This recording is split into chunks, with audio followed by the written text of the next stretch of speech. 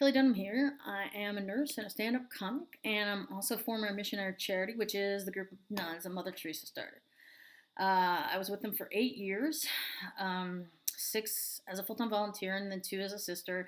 And then I left after that with mutual agreement because I had insufficient docility, which is a hell of a story, but not for right now. And so all the information that's being bandied about with Mother Teresa's upcoming canonization, especially by liberals and radicals, is making me bananas. Now, Mother Teresa, me and her, we were not pals. In fact, we had a couple hard run-ins. This is not about how awesome she is. I just think if we're going to talk shit, we should talk the right shit, right?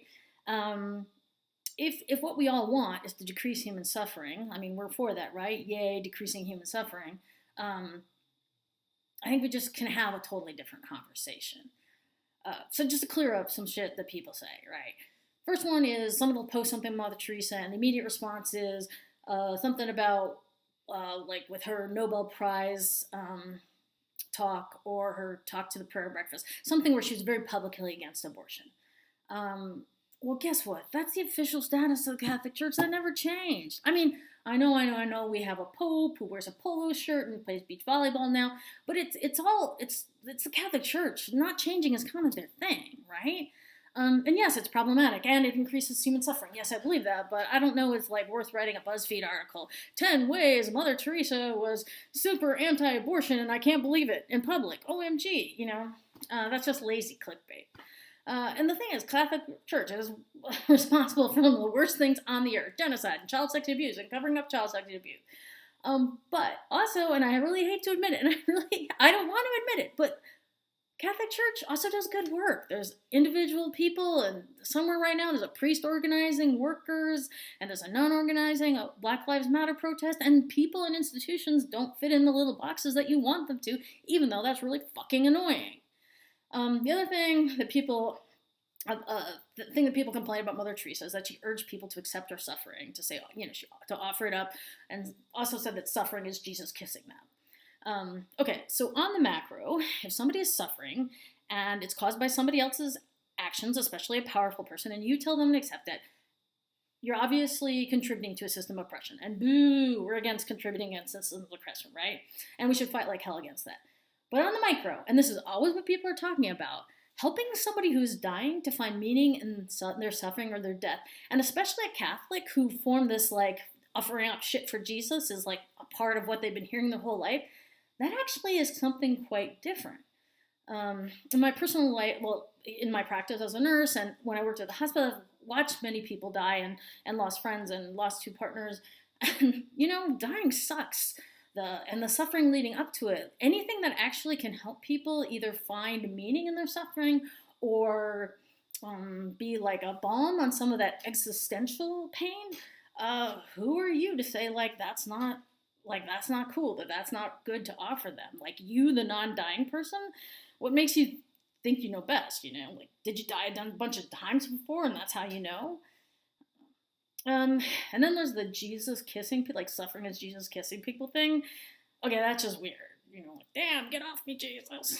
Which is, I can talk like that because he's my ex. Also, money. People have this thing that a lot of people have given a lot of money to the MCs, which is true, and that they've done nothing with it, or they have big parties with giraffes, or they've sent it to the Vatican.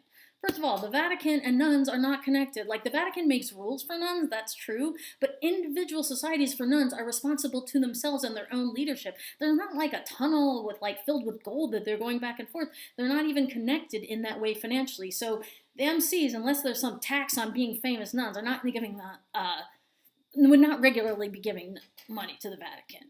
As far as them having parties, you are way overestimating the organizational capacity of the Missionaries of Charity if you think that they could get a bunch of money and have a bunch of parties, right? When I was a nun, we had 3 sets of clothes, 2 pairs of shoes, and a prayer book and a notebook, and a stupid bar of ivory soap, and all these belongings were supposed to fit in a bucket you wash your clothes in. So if there was lavish parties with giraffes, I totally missed them, and I don't even know where we would have had them.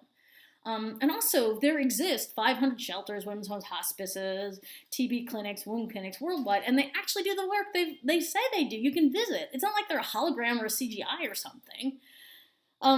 Which brings us to the last complaint, or the last shit people talk, which is that there's bad conditions at the houses, at the places where the MCs run. which proves, I guess, that they don't spend their money there. Okay, I will say that the hospice I worked at in Haiti, it is not at all like a U.S. hospital, but that has more to do with the fucked up distribution of wealth globally than the MCs specifically.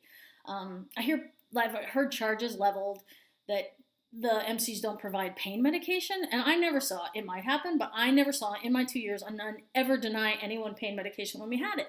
But we didn't always have it. Like, there was problems of distribution and importing, and sometimes there wasn't enough actually produced locally, so we couldn't actually get our hands on pain medication. You can't give pain medication that you actually can't find. It reminds me of, there was this rich dude that wanted to give us a suction machine when I was there in Haiti. And, that was a time when there was rolling blackouts, so there was not consistent electricity, and we didn't have consistent access to gas for our generator, right? So we could use the suction machine like 10% of the time, and then what it would have been when somebody needed suction, who knows? But for the same money, we get 5,000 units of anti-TB med and save dozens of lives, right?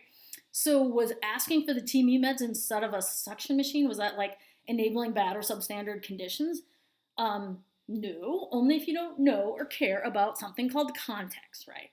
So are the missionaries of charity problematic? Yes, Jesus Christ, yes.